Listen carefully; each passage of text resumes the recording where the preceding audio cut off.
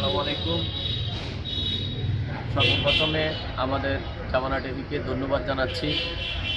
আমরা আজকে লাকসাম মনোরগঞ্জের দানের শীষের মনোনীত প্রার্থী জননেতা আবুল কালাম ভাইয়ের পক্ষে মনোনয়নপত্র সংগ্রহ করছি। লাকসাম মনোরগঞ্জে মনোনয়নপত্র সংগ্রহ করছি। ইনশাআল্লাহ আমাদের এবারে দলের যে সিস্টেম আপনারা জানেন যে দল থেকে একজনকে মনোনয়ন দেওয়া হয়েছে। অন্য সময় কয়েকজনকে মনোনয়নের সময় ডাক দেওয়া হইতো এবং মনোনীত করতে একজনকেই, অনেকে ফর্ম জমা দিত। এইবার শুধু একজনকে মনোনয়ন দিয়েছে, অন্য যারা আসবে তারা স্বতন্ত্র হিসাবে থাকবে। আমরা এই মনোনয়নপত্র সংগ্রহের মধ্য দিয়ে বিএনপি যুবদল ছাত্র স্বেচ্ছাসেবক দল নেতৃবৃন্দ এখানে এসেছি। ইনশাআল্লাহ আগামীতে লাকসাম মনোরগঞ্জে দানের শীষে যে গণজোয়ার এবং দীর্ঘদিনের যে প্রত্যাশা আমাদের জনতা কালাম ভাই, যিনি দীর্ঘদিন থেকে দলের স্বার্থে শ্রম অর্থ সব কিছু মেধাকে দিয়ে লাকসাম মনোরগঞ্জের মানুষকে সেবা করার জন্য যে তার আগ্রহ, ইনশাআল্লাহ আগামীতে উনি সংসদ সদস্য হয়ে সেই আগ্রহকে কাজের মাধ্যমে দেখাই দিবেন এবং পাশাপাশি প্রত্যেকটি উপজেলা লাকসাম মনোরগঞ্জ লাকসাম পৌরসভা ওনার বক্তব্য দলের মধ্যে যদি কোনো রকমের দুর্নীতিবাজ চাঁদাবাজ টেন্ডারবাজ থাকে এগুলিকে কোনোভাবে উনি প্রশ্রয় দিবেন না।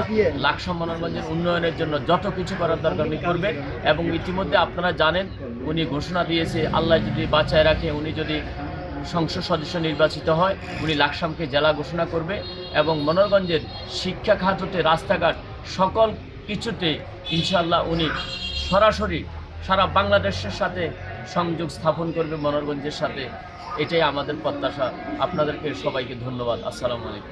আনুর রাহিম, জামানা টিভিকে ধন্যবাদ আমাদের আজকে কালাম ভাইয়ের পক্ষে যারা আমরা নমিনেশন ফর্ম কিনতে এসেছি বা জমা দিতে এসেছি সাক্ষাৎকার নেওয়ার জন্য। আপনারা জানেন আমরা মনোরগঞ্জের মনোনীত দানের শীষের প্রার্থী, বিএনপির মনোনীত প্রার্থী জনাব আবুল কালাম ভাইকে নমিনেশন দেওয়া হয়েছে। ওনার পক্ষে আমরা আজকে বিএনপির সংগঠনের একটি নমিনেশন জমা দিতে আসছি। আশা করি আমরা এই অঞ্চলে দীর্ঘদিন কালাম ভাইয়ের নেতৃত্বে যারা রাজনীতি করি, আমাদের রাজনীতির যে আন্দোলন একটা ফসল, সেই ফসলের প্রথম ধাপ আমরা আজকে এগিয়ে আসছি। আমাদের শেষ ধাপ হবে আমরা আগামী 12 ফেব্রুয়ারি কালাম ভাইকে দানের শীষ মার্কা বিজয় করে বিজয় মারা পড়া দিয়ে যেদিন আমরা শেষ করতে পারবো সেদিন আমাদের পূর্ণ আশা পূরণ হবে। অতএব বিএনপির যে সুস্থ নেতা কর্মী ভাই বন্ধু ভোটাররা আছেন, আমরা আবুল কালাম ভাইকে বিপুল ভোটে বিজয় করার জন্য ঐক্যবদ্ধভাবে কালাম ভাইয়ের পক্ষে কাজ করে ওনাকে বিজয় করবো, ঐক্যবদ্ধ থাকবো এবং কালাম ভাই যে কমিটমেন্টগুলা জনাব তারেক রহমানের যে কমিটমেন্টগুলা আমাদের দলীয় যে ম্যানিফেস্টো আছে, দলীয় সিদ্ধান্ত আছে, সেগুলোকে যাতে আমরা বিজয়ের মাধ্যমে আগামীতে যদি বিএনপি ক্ষমতা আসতে পারে আমরা যাতে এগুলো বাস্তবায়ন করতে পারি, প্রত্যেকের সহযোগিতা ইনশাল্লাহ আপনারা আগামীতে কালাম ভাইকে দানের শীষ মার্কা ভোট দিয়ে জয়যুক্ত করবেন এই আশা প্রত্যাশা রেখে আমার বক্তব্য আমি এখানে শেষ করছি। সবাইকে ধন্যবাদ। আমি সর্বপ্রথম শুকরিয়া জানাই মহান রাব্বুল আলামিনের প্রতি। আজকে আপনারা দেখছেন ইতিমধ্যে আমরা সংসদীয় আসন 257 কুমিল্লার 9 লাকসাম মনোরগঞ্জ আসনের বিএনপির মনোনীত প্রার্থী জনাব আবুল কালাম সাহেবের পক্ষে মনোনয়ন ফরম সংগ্রহ করছি।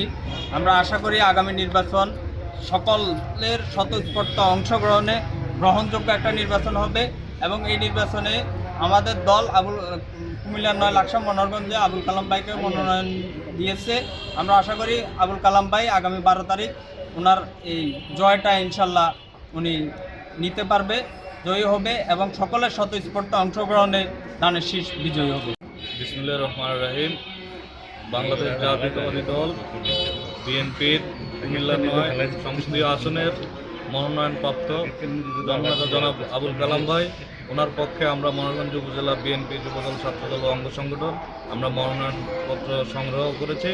ইনশাল্লাহ আমরা এটা জমা দিব এবং আগামী ফেব্রুয়ারির 12 তারিখ জাতীয় সংসদ নির্বাচন, সেই নির্বাচনে লাকসাম মনোরগঞ্জ আসনের সাধারণ জনগণ এবং আমাদের সংগঠনের কর্মী ও সমর্থকবৃন্দ সকলে স্বতঃস্ফূর্তভাবে দানের শীষ প্রতীকে ভোট দিয়ে আমাদের প্রার্থীকে জয়যুক্ত করে সংসদে পাঠাবে এবং আমাদের প্রার্থী আমাদের এলাকার সার্বিক উন্নয়নের সহযোগিতা করবে, এই প্রত্যাশা রাখি।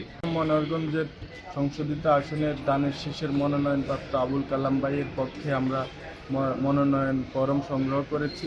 আমরা আশা করি তরুণের প্রথম ভোট দানের শীষের পক্ষ হোক, তরুণের প্রথম ভোট লাকসাম মনোহরগঞ্জের মাটি ও মানুষের নেতা জননেতা আবুল কালাম ভাইয়ের পক্ষ হোক। এই আশা প্রত্যাশা রেখে আগামী নির্বাচনে দানের শীষ তরুণের ভোট নিয়ে সংসদে আবুল কালাম ভাই পৌঁছাবে, সেই আশা রেখে আমি আমার বক্তব্য শেষ করছি। আসসালামু আলাইকুম।